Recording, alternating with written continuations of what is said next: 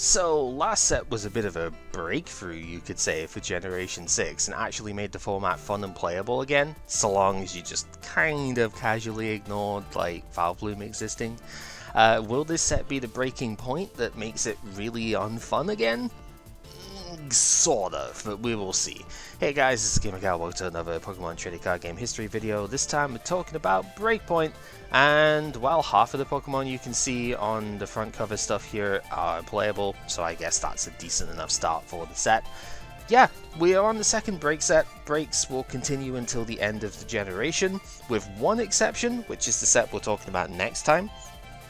That is a side set, but it has enough new stuff in it where it's worth talking about separately. And honestly, looking at the way this set is, there are enough different archetypes in here that we would want to explore that we need to do 2 runs anyway. So we might as well do a run with the like 6 or 7 new cards that are in Generations. That does come with the caveat though that our like first round here only has the one promo, and strictly speaking, this promo was available last time, but as you can see from the Pokemon that we have here, there's quite a lot of water type stuff around this time, so it makes more sense to talk about it here, because Water Box, as it were, is something which exists now, which didn't exist before. Aurora CX is a 180 HP basic, it's got free energy as its retreat cost, so it is heavy ball searchable. Metal weakness is pretty solid, because most water types are weak to grass right now, so even though metal is an archetype you can come across, it is not the most popular one, and Vespiquen is generally going to be more popular, so not having a weakness to that is pretty good. Its ability prevents any Pokemon that has a water energy attached to it from becoming paralyzed, which is pretty good. You can also heal paralysis by putting a water on. So it has some utility for, say, Fairy Box as well, but honestly its attack kind of precludes it from that deck, which is a shame. For free water energy in the colorless you do 160, and it can't attack in consecutive turns. That sounds like it's all just downsides, but this card actually did see a one-off play in the Water Box deck, and it's mostly because of Manaphy, but we'll talk about that in a little bit. So, yeah, it's fine, and it fits relatively well into the water stuff in this set. We'll talk about the trainers and whatnot first, but I guess we should go over the special energy from this set to begin with, because there's only one of them and it is incredibly impactful for basically the best deck in the format for the next couple of years, so long as it doesn't lose to itself. Splash Energy is awesome. It can only be put on water Pokemon just like all the other type energies. We're finally done with type energies, by the way. This is the last one. And it can only provides water whilst it's attached, so you can't use this as a water shuriken target. But if the water Pokemon it's attached to gets KO'd by damage from an opponent's attack, put that Pokemon into your hand. You discard all the cards attached to it, so it's exactly the same as Rescue Scarf and Rescue Energy before it, but it lets you recover your entire evolution line, which is insane for those water evolution Pokemon. Now granted, there aren't necessarily that many of them right now, until you look at this set and it introduces like the best one. So yeah, this is a very, very impactful card for Greninja specifically, but any water deck could theoretically use it if you need to recover the stuff. Problem is most of them are EXs, so it's a lot more useful on non-EX targets, that's for sure, but it's still good even outside of that, so yeah, very, very solid card. On to the actual trainers themselves. Reprint stuff we get is a little bit sparse. We get Great Ball to stay in format. I think this basically is evergreen. I don't remember ever seeing it rotate out of format at this point, so there's that. Max Potion gets a reprint in here. I never quite liked the side-on artwork for this sort of thing. I don't know, just personal nitpick. The blocky nature of Max Potion just makes it kind of weird to me, so I'm always going to approve of the original one more, but it's still fine. And Pokemon Catcher gets a reprint as well. This also pretty much stays evergreen from here on out, because it's got the errata obviously from the start of Gen 6, so yeah, I think we always have that in, or almost always have it in format, so there is that. Stuff like Tierno and Sycamore get reprinted here as well. I guess Sycamore is a nice enough one to have around, but I don't remember if that would even affect legality. I forget the last time it got reprinted, to be honest. I like the alternate artwork here, though. Jespin's kind of cute in this picture, I guess. There is also Skylar that gets a full art print here, and, well, that is all we need to say about that. So, yeah. On to the actual new trainers, because there's a lot of them. All Night Party is the weakest of the trainers in here for sure. It's a stadium card, so at least it can bounce some stuff. It does have some purpose. But if you have a sleeping Pokemon, you can heal that sleep and remove 30 damage from it and during your turn, which is fine, I suppose. But sleep is not really that powerful anyway. You've got a 50% chance of it just not affecting you. It's supposed to synergize or break a little bit here. We're supposed to synergize with the Hypno that we have here that makes both active Pokemon asleep once per turn. But realistically, I don't even know what that's doing for you. I think it's Darkrai is the thing it's supposed to go with, according to what Sai was pointing out, where if the opponent's active is asleep, you specifically do 160 with its second attack, but that is just so many hoops to set up, it just doesn't seem worth it, and that's because it isn't worth it, so yeah. Bursting Balloon is an insane tool here. We never really used Rock Guard as a thing, but this is better Rock Guard, basically. It's kind of like Rocky Helmet too. If the active Pokemon that this is attached to gets damaged by an opponent's attack, you put 6 damage counters on the attacking Pokemon. So it's triple what Rocky Helmet does, which is ridiculous because Rocky Helmet, although we never actually used it in the end, getting the extra damage counters down can be quite the deterrent for the opponent. It can turn what would have been 2-shots into 1-shots, etc.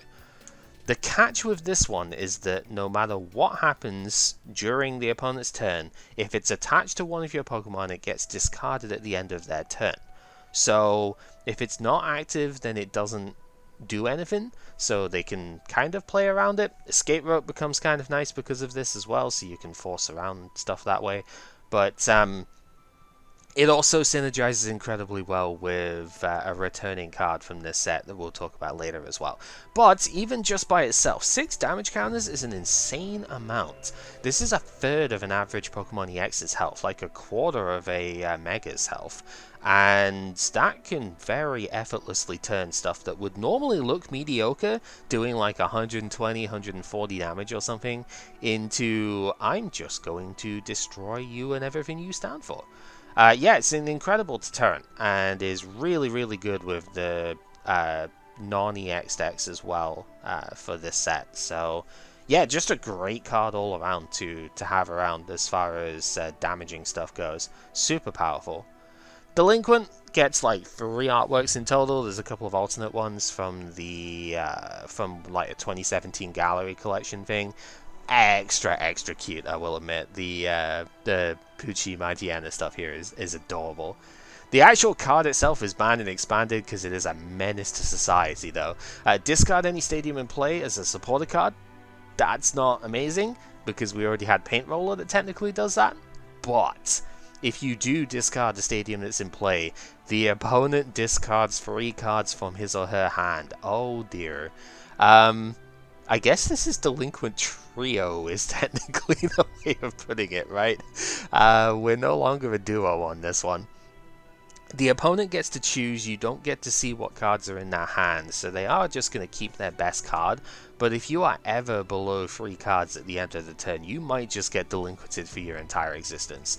This by itself makes an excellent case to play Octillery, because any deck can play a stadium. It doesn't have to be the opponent's stadium that gets discarded, so you can just play your own stadium down and then wipe it out and make the opponent discard 3.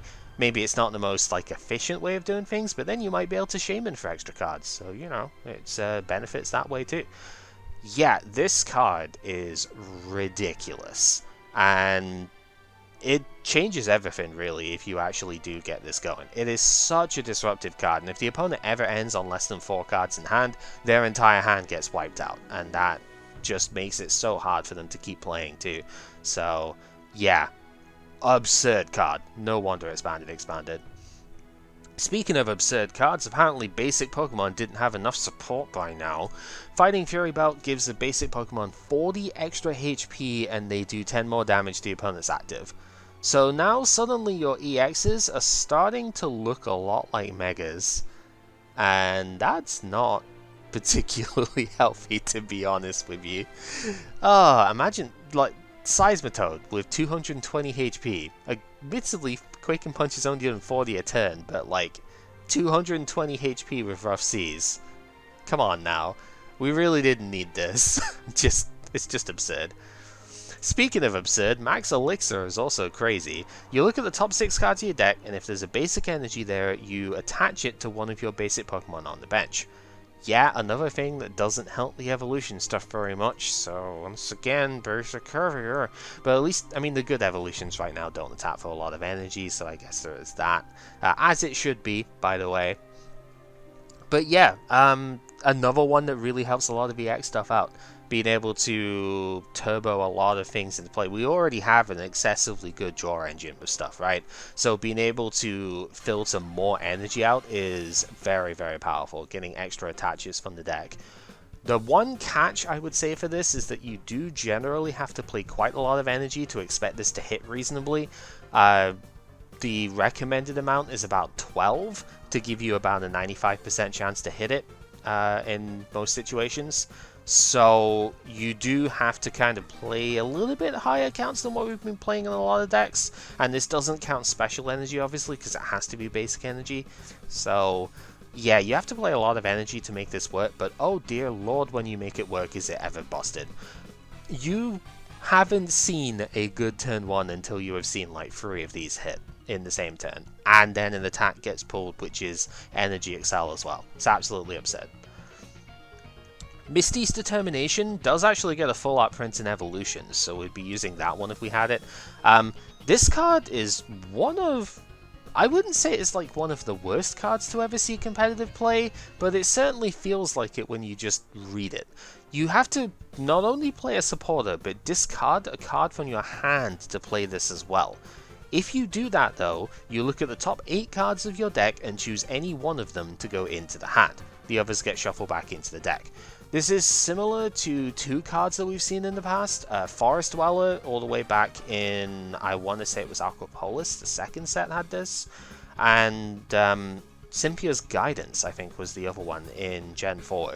Now, neither of those, to my knowledge, actually saw any play. Forest Dweller shuffled the deck and then looked at the top 7. Cynthia's Guidance, I think, just straight looked at the top 7. There was an argument I had to play Cynthia's Guidance, and it's for the exact same reason this saw play.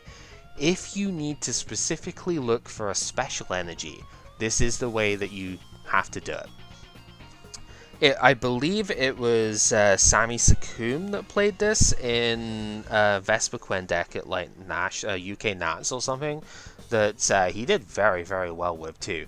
And it discarded a Pokemon, so Vespiquen got stronger, and also was searching the deck for double colorless energy, because he needed that. It was like 4 DC was the only energy in that deck, and if he didn't have double colorless, he could not attack. So yeah, this was the best way to like dig for it, because like you think about everything else, like Sycamore obviously is very powerful, but it forces you to discard everything else in your hand, and actually only digs 7 cards. This digs 8, so this actually goes further than what a Sycamore would, and it also doesn't require quite as many resources. So there's logic to it. Sometimes discarding the extra card out of your hand can also mean you get an extra thing from Shaman as well. So if your hand is like Misty's, Shaman, and a card you don't need, discard the card you don't need, hopefully get the double colorless out of the deck, or at least get an item or someone you can play, and then your Shaman is a lot more powerful. So it ends up being similar to Sycamore anyway, but you get to tutor what you want out. If Yu-Gi-Oh! Has told us anything recently, it's that Pot of Prosperity is a very, very strong card, and this is basically Prospy in its own way, so yeah, don't underestimate it too much. One you can underestimate though is Psychic's Third Eye, because this card is bad. You get to see the opponent's hand. As a supporter card, that's not great. We have Hand Scope, and that doesn't see play. But then you also get to discard as many cards as you want from your own hand and draw that many cards afterwards. That's fine, but it's going to be weaker than Sycamore by a long shot. It doesn't have to be quite as good as Sycamore in order to actually see play, but when you consider that Sycamore is going to discard anywhere from 0 to like 4 cards at most of the time, and draw 7, you're maybe going to discard like 3 cards off of this and draw 3. That seems really, really bad. So, yeah, not a good card at all. On to something that is a good card though, another expanded band card. Puzzle of Time is a throwback to the Play 2s that we had in Generation 4. And yeah, you get to play 2 of them at a time. They sometimes do these sorts of cards, like we have Cross Switcher in current standard too. Similar sort of idea, where Cross Switcher you have to play 2. This one you do get an effect if you only play 1 as well, just like the original ones. If you only play 1 of these at a time, you look at the top 3 cards of your deck, put them back in any order. Not amazing, but sometimes you just need to burn that puzzle so you can Shaman for an extra card, and that's just going to be the way it is. You can occasionally end up seeing like a DC or something you want to get off of an artillery, that could also be useful. So yeah, the real draw is playing 2 at any time though. And at that point, you get to put 2 cards from your discard pile into the hand. Any 2 cards. When this card came out, Sableye was also still legal and expanded. And this turns Sableye Garbodor from an annoyance to like the meta. Because now you can Sableye for 2 Puzzle of Time and get any 2 cards you need out of your discard pile next turn. It was absolutely bonkers dumb, and any other hyperbolic like descriptor that you want to attach to it. Ridiculous stuff. In Standard, it is still very, very powerful for getting back special energy. Once again, not only are they really hard to search, they're also really hard to recover. So getting double colors and stuff back, this transforms Night March. And we're going to have to show that at some point, because yeah, Night March gets absolutely bonkers with this stuff. None of our decks that we've tested with so far have had this card in it, but I imagine next week is going to be different that way when we do Generations. So yeah, keep that in mind. Reverse Valley is the second and like middle child of the stadiums that have 2 different effects for the different players. It's the middle child in terms of both where it is in the history and also its effect. They got weaker as they went along. So the red side for Reverse Valley lets the dark Pokemon that player holds do 10 more damage to the opponent's active. The blue side does the opposite for metal Pokemon. You choose, if you have this side attached on your field, then your metal Pokemon take 10 less damage from opponent's attacks. Not from your own attacks, don't bother with the recall stuff. Yeah, it's an interesting card, and it did see some minor play because Dark decks are actually pretty good right now. Metal decks didn't generally play this, I don't think, because they played like Skyfield a lot more often, but if you were playing Metal, then, you know, it neutralized against the opponent's Dark stuff. That's not too bad. So that's all the trainers from the set, which is still quite a lot of power within one set. A lot of basic support in this one, which, again, not a super huge fan of, but it is what it is. The evolutions in the set do kind of make up for it, I suppose. So, let's go over what we have in the set proper, because not all of these have got a full art. There's a couple of EXs in here that don't, so we'll go over it as we do under normal circumstances. Shoutouts to the Chikorita art, by the way. There's another one in this set, I think, that has it as well. Parallel City is in the artwork, and it's like, I don't know why Fennekin is the one here for it, but it's like Chikorita looking at the Fennekin. It just looks cute. The Meganium itself is not amazing. It has like a healing attack, which is not very damaging to begin with, but if you have 50 or less HP remaining, you do 70 more damage, so you're likely to be able to full heal with this, especially if you muscle band it, then you definitely full heal, but that relies on the opponent doing less than 150 at a time, and its attack cost is atrocious. If you could double colorless this, maybe, but 2 grass and a colorless for it, not a chance. Attack name for Lilligant is very funny, but it's not very good, so we're not going to waste time on that. Durant is at least, I wouldn't say interesting, because it's doing the same thing as it did back in Noble Victories, but it's doing it in a different way for 1 grass energy, Mountain Munch just does 10 damage and discards the top card of the opponent's deck. Scrape Down is the one that you actually want here because this is very similar to the original Durant. For 1 grass and a colorless, if this Pokemon has any damage counters on it, discard the top 4 of the opponent's deck. That's what Durant was doing anyway, but it was doing it for an easier cost. That's the problem here. This card requires you to either have like Magma Secret base down when you bench it, or basically play Rainbow Energy as well. Which, yeah, I mean the mill is still really good, but I'm not sure if the format is really great for it. And we have a lot of recovery at this point. We've got Super Rod, we've got Sacred Ash, and we've got Energy Recycler potentially. So it's a lot of stuff to get through. Deck never saw any sort of play at this point. It's probably too cumbersome to play at this time. Maybe Fates Collide with Mew could make this work, because then you could Dimension Valley, but then you're not having Secret Base down. A lot of hoops for not a lot of benefit, really. Arcanine's got Flop. I don't know why it's got Flop. It's got silly attacks. That's all we need to care about there. Emboar EX is not very good, but is at least nice, I guess, to see Emboar get an EX. You know, starter Pokemon often do get kind of shafted after their generation has passed, so unless your name is Charizard, obviously.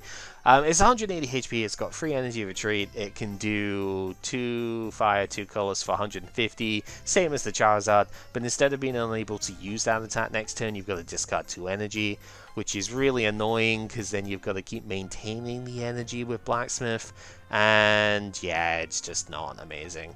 Unlike Charizard, it's Heavy Ball searchable, that's the one thing I'll give it. Unlike Charizard, it also does not have a good first attack though, because at least Wing Attack is colorless payable, so you can play it for fire weakness, so yeah, not amazing. Gold Up Break is interesting, but not exactly very good here. It's a stage 1 break, which is probably the worst position you can be in, because it means that you are technically a stage 2 that cannot be rare candied, and again, as a water type, it cannot be collected by Archie, or like put onto the bench of Archie, because it doesn't have bottom stats, so that's also a problem. But its ability is insane. As often as you like during your turn, you may move a basic energy from one of your Pokemon to another one of your Pokemon. It's energy trans for any type, which is absolutely absurd. We do not see that kind of ability ever, but it's just too hard to bring out. That's the problem with it here. So there are decks that could use it, because I mean Fairy Transfer is still really, really strong, and we did just get Max Potion back, so there's absolutely decks that could take advantage of it. It's just, how on earth do you get it out? You can't even level ball the Golduck, so yeah, it's just not happening. Slowbro's got 2 very dumb attack names here.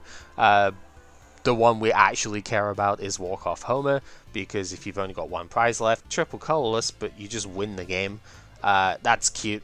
Maybe if we had like I mean, we've got a better version of this nowadays with the Zoroark and stuff here. Still not very strong though. Slow King, though, is incredibly irritating. It is 100 HP, so it's not level ball searchable, but once during the turn, you can flip a coin, and if you flip heads, one of your opponent's energy from their active gets put onto their bench, which sounds like it wouldn't be very good, but it is incredibly irritating for lock-style decks with stuff like Seismitoad. Really, really nasty. You get to put it on Pokemon that just don't really care about having energy on them, and most of the time that active really, really does care about having its energy there. So yeah, it's on a coin flip, but it is very easily searchable, so Dive Ball is a good card. Yeah, irritating to say the least. We do have Gyarados and Mega Gyarados over here, so we'll talk about those as well. 4 Energy Retreat on the regular. For some reason, only 2 Energy Retreat on the Mega. I guess they didn't want you to Heavy Ball search a Mega Evolution. I have no idea why it goes down so much. Gyarados doesn't gain any speed when it Mega Evolves. It's super weird. Anyway, 180 HP. It's Lightning Weak, which is the one good thing about Gyarados compared to like the other Grass Weak water types in this era. But you know, it's got an attack that exists. Stormy Seas, if you use it for 1 colorless, you flip until tails, and then for every heads that you flip, you search your deck for a water energy, put it onto this Pokemon. That's where it loses me, because you're keeping the energy on the active that's going to get attacked next turn. Really not a great situation to be in. Splash Burn is at least interesting as well, though, I suppose, because Rough Seas is a thing. For 2 water and 2 colors, you do 130, and then 10 to each of your own bench. So, self-damage, never amazing, but Rough Seas can kind of mitigate all of that. I mean, Donphan kind of used it in the past. We don't have the same abuses that we used to, though, so yeah. For Mega Evolving, you get 240 HP, which is frankly absurd, and the kind of interesting Blast Geyser attack for 4 colorless energy, so fairly expensive, but I mean it's in line with the regular Gyarados. You do 120 damage, not great. But if you choose to, you can do 20 more for every water energy that's on Gyarados. If you do that, you have to discard the top 2 cards of your own deck. But in a dedicated water deck, that means you are regularly doing 200 damage for the 4 energy. That's still good. It's not enough to one-shot everything nowadays, but it's good enough to the point where it's respectable, right? And you can overcharge it to do more, and technically 6 energy one-shots everything in the game, except Wailord, which you need to put the 7th one on for, but details. It's fine. The problem is it's incredibly slow and really hard to actually charge. There is a mechanism in this set that we'll go into in a couple of cards time, but Pepper tried it, it's not very good, let's just put it that way. Suicune is at least interesting. It's not Safeguard this time round, but it does have more HP as a result. 120, it's in line with Raikou at the very least. You would think Suicune would have more though, because it's bulkier than Entei, and I don't know. I guess the non-ancient trait Entei also had 120, so maybe they're just keeping it in line. Aurora Beam for free water just does 110. That's fine. It's enough to KO Shaman, so there's at least some benefit to this thing. And the ability is what you kind of want it for. As long as this Pokemon is active, Wind Charm prevents all effects except damage done to all of your Pokemon. So you don't get gusted in with the switching, you can't get Sand Tombed to prevent retreat, stuff like that. You don't get poisons, so it's fine. Doesn't affect stuff like Quake and Punch though, which is probably the big thing here. But any sort of attack that does damage counters, which there is a card in this set we'll talk about that does that, that gets blocked, so it's alright. Now to the EXs that matter for water types here. Palkia EX is a very intriguing card. It never actually topped, I don't think, but it certainly could. It's got some chops on it. 180 HP, 2 retreat, so not heavy ball, search ball sadly, and 2 okay attacks. For 2 water, Aqua Turbo does 40 and searches your deck for 2 waters, attaches them to one of the benched. So basically Virizion EX, but for one less damage counter on the opponent's active, and technically it's 1 more colored energy.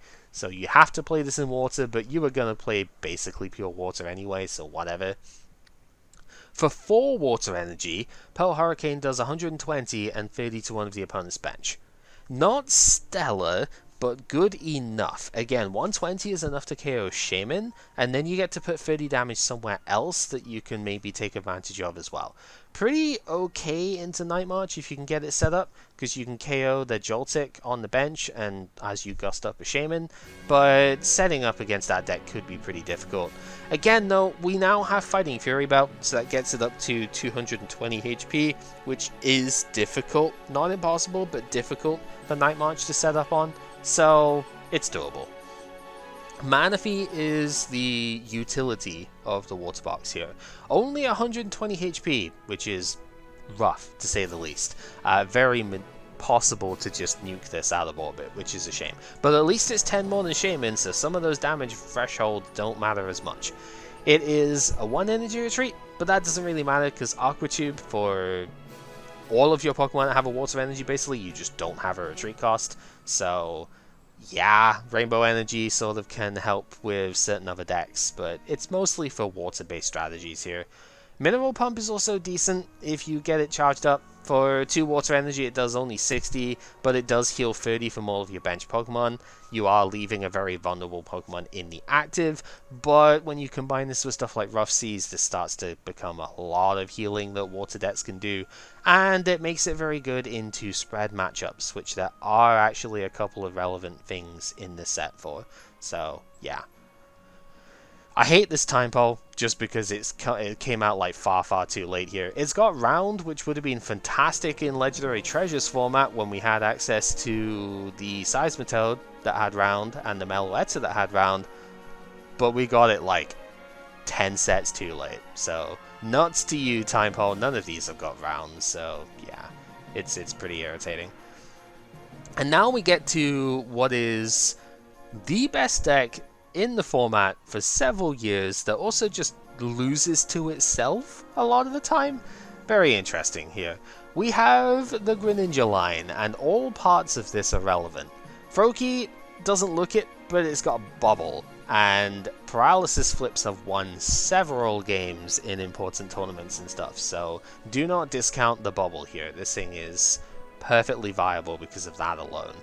Frogadier is the real star of the show here, at least for the setup side, because Stage 2 decks are pretty slow. Especially a Stage 2 break, right? This is effectively a Stage 3 deck, definitely on the slow side.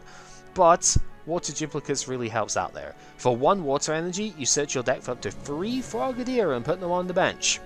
That's right, you don't have to evolve these frogs. And I actually do forget that sometimes with Splash Energy. It's like, where's the Froakie? I didn't use Froakie, that's where it is.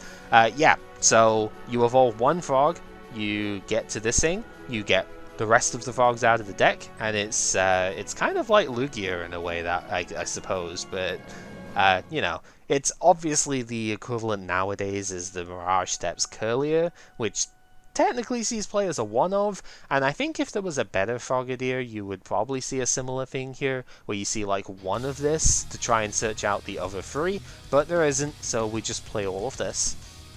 And that's totally fine. We do still have the Water Shuriken Greninja from XY base that is pretty solid as well. Discard the water, put 3 damage counters on a guy. That synergizes with the strategy as a whole, but it's mostly about this Greninja, and you will see this from me this round. I only play this Greninja because I don't have only basic waters in my deck. It's a 130 HP Pokemon, it has no retreat, and 2 single energy attacks that are both actually really strong. For 1 colorless, Shadow Stitching does only 40, but it prevents the opponent from having abilities until the end of the next turn. So yeah, they just don't have abilities during their own turn. So no Shaman, no Artillery, no anything basically that way. Very irritating attack. Moonlight Slash is also pretty solid. For 1 water it does 60, but if you return a water from Greninja to the hand, it does 80 instead. This is your math fixer in the end, it's the final sort of number stuff. If you don't need to keep denying their abilities, then you'll end up using this instead, and sometimes you do just need to do this in order to get the final number hits in, which is totally fine. You end up going into Greninja Break off of this quite a lot, as you can imagine, because yeah, Zero Retreat actually synergizes very well with this too. You go up to 170 HP, which is just huge. That is very hard to KO in 1 hit. And you get 1 ability as your extra trait here. Giant Water Shuriken. If you are the active Pokemon, you can discard a water energy from your hand to put 6 damage counters on one of the opponent's Pokemon. This, I think, is the single highest amount of damage we have seen on any of this sort of ability ever. And it makes sense, because you have to put a ton of work in to get to this point. This is a stage 3, basically, right? It's a stage above your already difficult to get out stage 2 Pokemon. This is a very slow deck to get going. But when it gets going, it is almost inevitable that it is going to win. And if you can disrupt the opponent enough with stuff like Ace Trainers and whatnot to make it so they don't get as strong a setup as they could, Shadow Stitch them out of Shamans as well, that's another nasty combination with the hit, you will eventually just kill anything. Yes, you have to have this in the active slot in order to do the thing. So you are restricted by either playing Switch cards or just however many of these you have at the time, like to play, right? You usually only get 2 hits with the Shuriken, but 2 plus Moonlight Slash is 180 damage, 200 if you need to stretch to that. That's really, really powerful, and yeah, it's just that you can stop abilities and still do like 160 damage in a turn. We have Fisherman, we can recover energy, no problem with the stuff. It's in water, so Dive Ball is a full thing for it too. You don't tend to play Archie because you can't Archie with the break, so it's a bit awkward there. We just talked about Splash Energy at the start of the video. This actually really helps there too, because your normally resource intensive, like difficult to get into play setup just suddenly comes back to the hand, and that's super, super strong. So yeah, all parts of this line are insane. It usually just, if it's going to lose, then it tends to lose to itself or Sceptile. That is the one deck it just absolutely cannot beat under any circumstance, but it wins against most other things. So yeah, really good. The lightning types unfortunately aren't very good here. This Electivire is just dismal. It's just, why does this exist? I don't know. There is a Luxray Break, and the regular Luxray unfortunately not very good either. But the Luxray Break, 170 HP, once again, it is effectively the stage 3 though, so you'd expect a bit more. Wild Fury for 2 lightning and 2 colors does 130. You flip until Tails and do 40 more for every head you get, so it's like Wham Bam Punch, but infinitely worse. Yeah, this card's just no good, so whatever. Lightning does get one good card in this set though, the Zeb Striker. 100 HP, unfortunately not levelable searchable, but Zap Zone ignores effects on the opponent's active for any lightning Pokemon that you attack with, which is pretty good. Like, the damage is unaffected, so it means you can't get hit by stuff like Assault Vest and you're playing Flash Energy and, you know, fun stuff like that. And Crashing Bolt is interesting. It's a bit splashable, this guy. For double colorless, you do 50 plus 60 if the opponent's got a fighting resistance. That is generally Pokemon that are weak to lightning, with the exception, I guess, of like ghost types, but still hitting a ghost type for 110 is pretty good too. But if you hit a lightning weak Pokemon with this, that's 220, which is enough to kill Mega Ray, and I think that's the biggest lightning weak Pokemon there is. I mean, like lightning weak but fighting resistant, right? Because there's, of course, Gyarados, but Gyarados doesn't have a resistance to fighting anymore. It lost that in like Gen 5? Was it Gen 4? I'm pretty sure Gen 4 had a -20 to fighting, so yeah, it's weird. Anyway, maybe Hot Gold Soul Silver lost it. Who knows? Who cares? Point is, it only gets hit by 100, so it's not very good against that.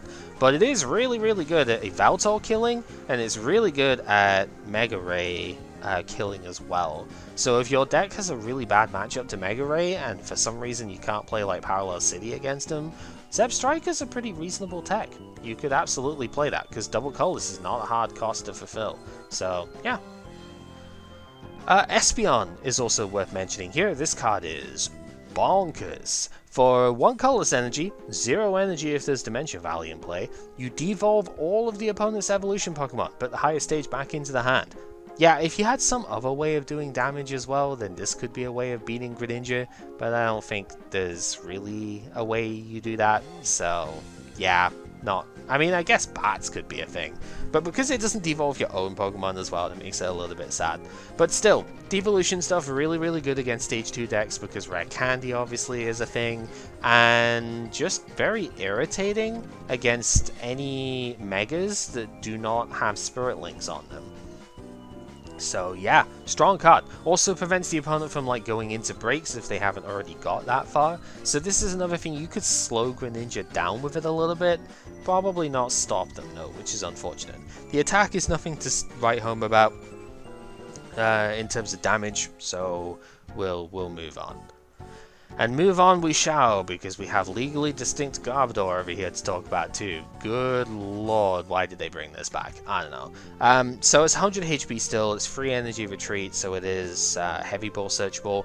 It's still got Garbotoxin, same ability as it had in Gen 5, so if you have any tool attached to this thing, every Pokemon has no ability except Garbotoxin, so there is that. This time its attack is different, that's why you can't just play the old one. For 1 Psychic and triple colorless, offensive bomb does 60, and auto confuse and poisons. That might come up if you play in Dimension Valley, to be honest, because Psychic DCE, playable. Not optimal maybe, but playable.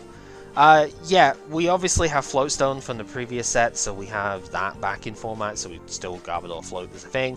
But the new tech this guy has is Bursting Balloon. Because Bursting Balloon, no matter where it is on the board, like I said, it'll drop off at the end of the opponent's turn. That means the opponent doesn't have any abilities on their turn, but the tool drops off. So you're able to still use your abilities during your own turn. It also dissuades the opponent from actually like gusting in the Garbodor to try and kill it, because they're going to take 6 damage counters on it as well. So yeah, Garb decks got even better than they were in the past. Woo! Such a fun mechanic, right? I mean, I'm harping on it, but I honestly, it's not the worst. It's going to become the worst when Gen 7 starts, but we'll get there when we do. Aegislash is an interesting attack, but not... yes, again, still stage 2 and everything, so still a bit slow. It is heavy ball searchable, at least does that. Painful Sword is the attack I'm talking about, though. For triple colorless, DCE plus Dimension Valley, you double the amount of damage counters on all of the opponent's Pokemon. So, if, hypothetically speaking, you do something kind of similar to what I did in Flashfire, where you play maybe Gourgeist and possibly stuff like Fortress, you could stash like 6, 7, 8 damage counters on all of the opponent's Pokemon, then just double that. That's still not enough to KO any any like EXs though, which is kind of annoying. So I think it's just a little bit too hard to get that many damage counters on opposing targets in this day and age. We can't manipulate it because we don't have Dusknoir anymore either, so that's... I don't know. It's a little bit awkward. But if you could somehow make it work, it's an exceptionally cool attack, if nothing else. So, yeah, neat. Here's the other controversial bit from the set. The Trevenant line is really good. And we did not need it to be... Okay, so Phantom's only got 50 HP, but for a colorless energy, so nothing when Dimension Valley's in play, this thing can just search your deck for a card that evolves from it, put it onto the Pokemon. So if you're going first, you can't use this, but if you go in second, that guarantees item locking Trev from XY base, which is really bad for multiple reasons. You know, it's never a fun thing to go against. The Trevenant from this set is also pretty good though, specifically against Night March.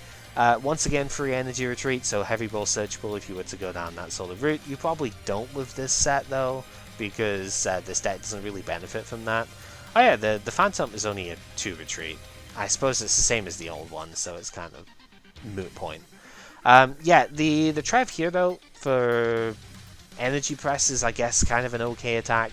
Like 70 plus 10 for each energy that's on the opponent's active, sure. But Nervous Seed is really the main bit here. As long as it's active, the attack of the opponent's basics, they all cost 1 colorless more. So this is really strong. Like, both Trevenant are really, really good into Night March for different reasons.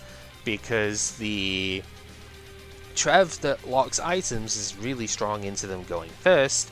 The Trev that makes them cost more to attack is incredibly nasty against them, because then they take 3 colorless to do Night March, and that is something they just can't afford.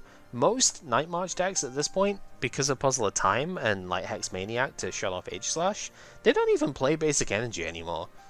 Like, they don't need to, most of the time, right? But Trevenant itself, if it is active, means they just cannot attack.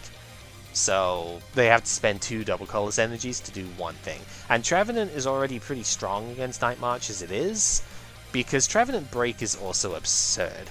This thing takes your Trevenant to 160 HP, so if you didn't think it was hard enough to like deal with item lock on a 110 HP guy, nah, now you gotta deal with it on 160. What the heck is that all about, right? Silent Fear is also really strong though, and actually ends up being the main attack that most of the time Trev decks will be going for here. For 1 Psychic and 1 Colorless, you put 3 damage counters on each of the opponent's Pokemon. I guess this could technically be a way that you could do the Aegislash stuff, right?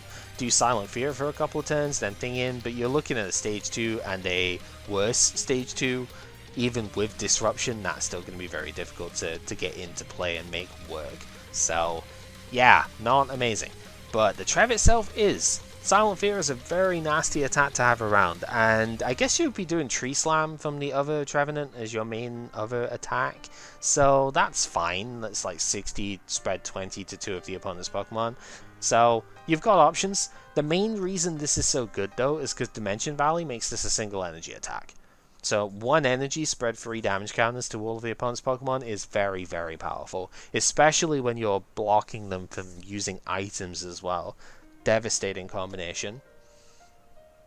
The Sudowoodo is a very funny artwork for one. One of these trees is not like the other. If you ever played Gen 6, by the way, the Horde encounters that you could get a bunch of Trevenant to show up in, Sudowoodo often showed up as a one-of in those encounters. It's very funny, so it's basically replicating this here. But as far as an actual card goes, it's pretty good too. 90 HP, so lovable, searchable, and Watch and Learn is fun. For one fighting in the colorless, if the opponent's Pokemon used any attack last turn, you use it as this attack. So it's like Foul Play, but a lot more, I guess, restricted, but you can also do some bonkers damage with that too. If the opponent's used a giant, like, you know, say Tyrantrum, used like its 190 damage attack or something, you just get to use that too.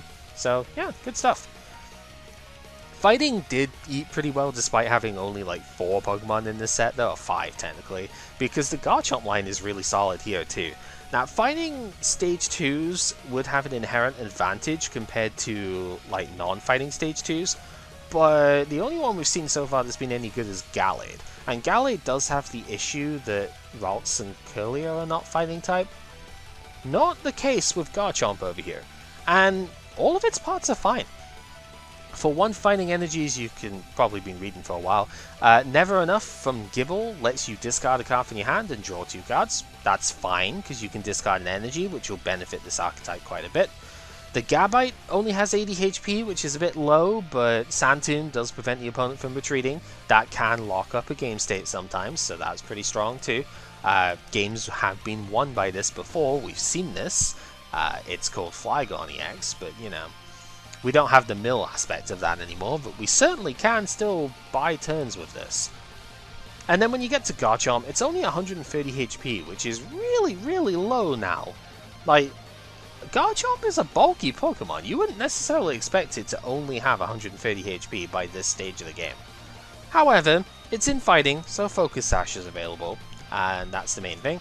One of the reasons that fighting is so good as a type for stage 2s, by the way, is because Corinna exists. So kind of like Irida nowadays for Bat's Caliber, you get to search for your any stage of the fighting type that you need, and a rare candy to get the stage 2 out.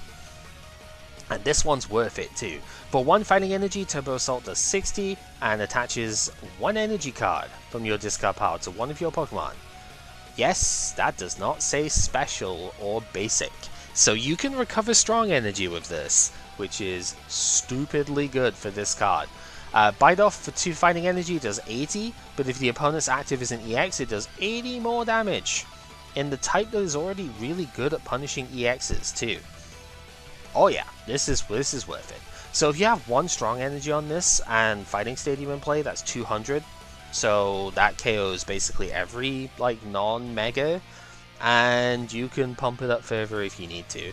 Turbo Assault can attach to the active as well if you don't have a target on the bench that you need to, so that can really help.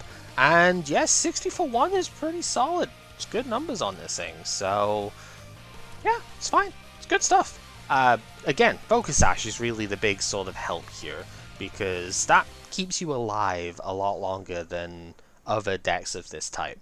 We saw how good it was with a Gallade as well, actually, and it makes even more sense here, because your HP is lower. Dark type's got exactly 4 cards out of the set, but one of them is really strong. Sai is going to be playing Darkrai EX this round, so we're not going to see Garchomp, at least for me, this round, but Darkrai for sure. 180 HP, still pretty good. Obviously, it's the same as the old Darkrai, but it is on the bulkier end for non-megas, so that's high. Darkhead we've already talked about before, not an amazing attack because you don't play anything that synergizes for it, but Dark Pulse is really strong thanks to Max Elixir and Double Dragon Energy as well. 2 colorless energy, 20 damage, plus 20 more for every Dark Energy that's on any of your Pokemon.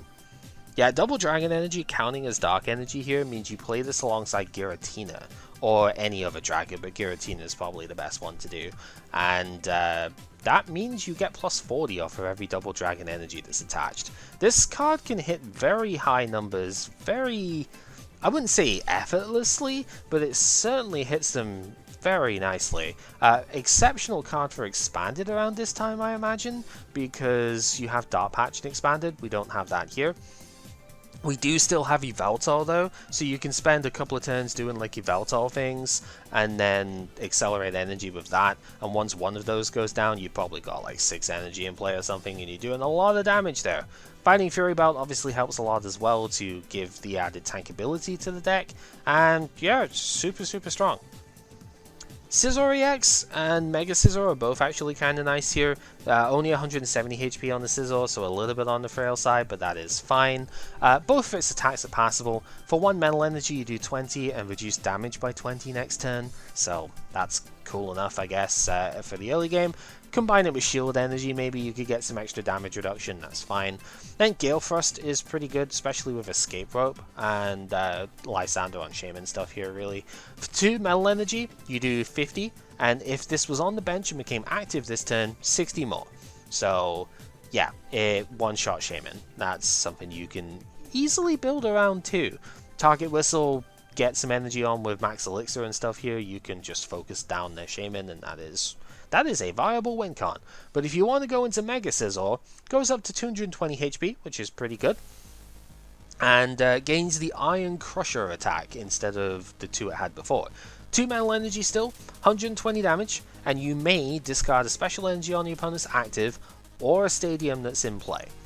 So, another pretty solid one too. Parallel City is something that you could maybe discard if you are, like, you parallel away your Shamans and Hoobers and stuff like that you've used to set up, and then discard it at the end of the turn. That can be something you can do, so that you can then try and parallel the opponent next turn. If they've played Parallel City and you can't, then you could discard theirs, so you can try and do it that way. And discard Special Energy. If you can't one-shot them, 2-shot with Disruption, and that's what this does. So yeah, strong card. We're not going to see it this round, I don't think, unless Pepper decides to build it. He might end up, because I don't think he was very happy with the water stuff, so he might end up pivoting to something like this. But then I did also show him Speed Entei, so maybe not, I don't know. We'll see. Togekiss EX is unfortunately not very good. Mighty Wind is at least interesting, just not on an EX, right? 20 damage for a Fairy Energy, you may attach an energy from your hand to one of your bench. Unfortunately, we have pretty solid acceleration with Xerneas for Fairy. This does let you accelerate specials as well, that's cute, but what are you really doing with that? I don't know. Hurricane Wing is just bad, so we're not even talking about that. And then the last card to note in this set really is the Raticate line. So the Rattata is very cute, actually. This is the other Parallel City one. Yeah, because you can see it in the background there. So yeah, the army of Rattata in the other side of the Parallel City. This is why you would have thought, because they had 2 cards that had Parallel City on them, you would have thought that the Chikorita would have been looking at an army of Rattata instead of a Fennekin then, right?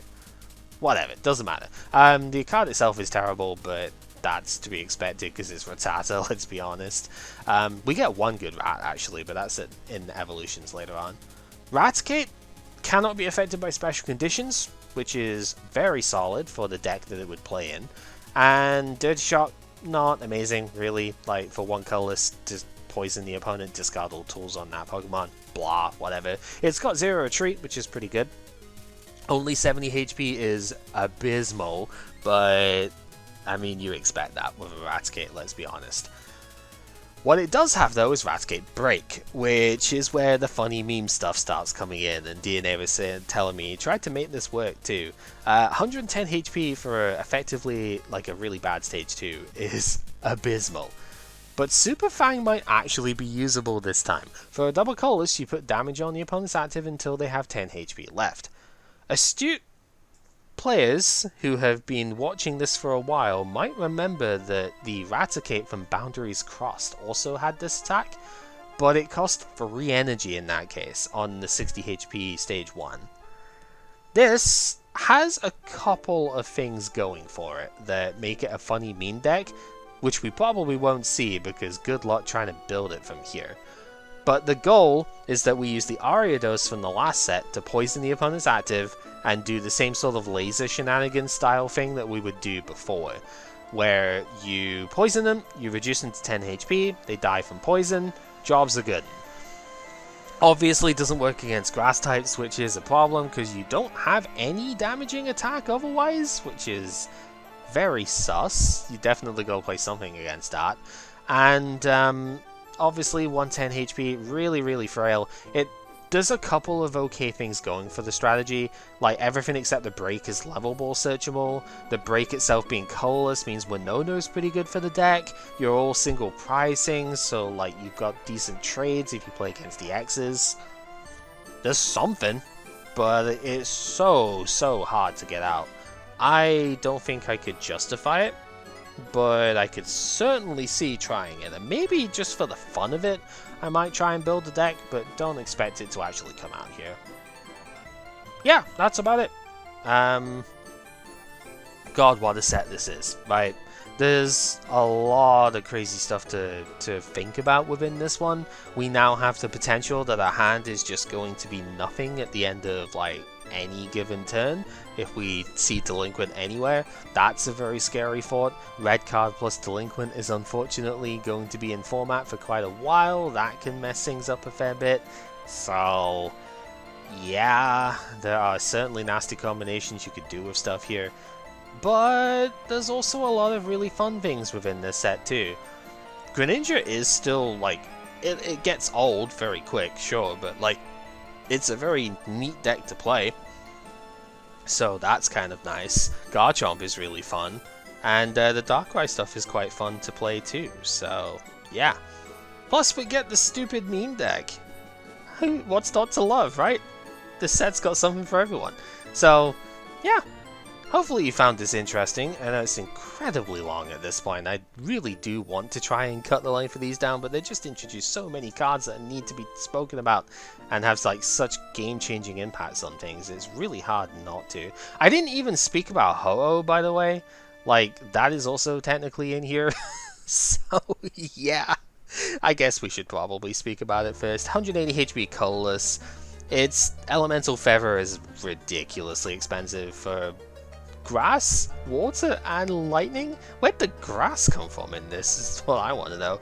Elemental Feather does 130 and 30 to one of the opponent's bench, so sure, I suppose. And if you have a basic fire attached to this, then you can heal 50 from it once per turn.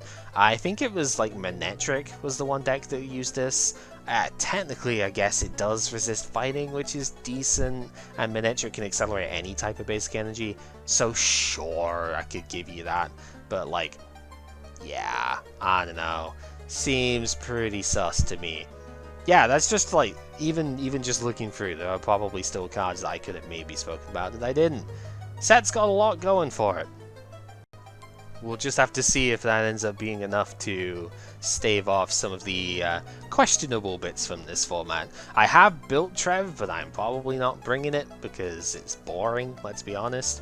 But yeah, lots of stuff to think about. Thank you very much for watching. Hopefully you found this enjoyable. Till next time, take care.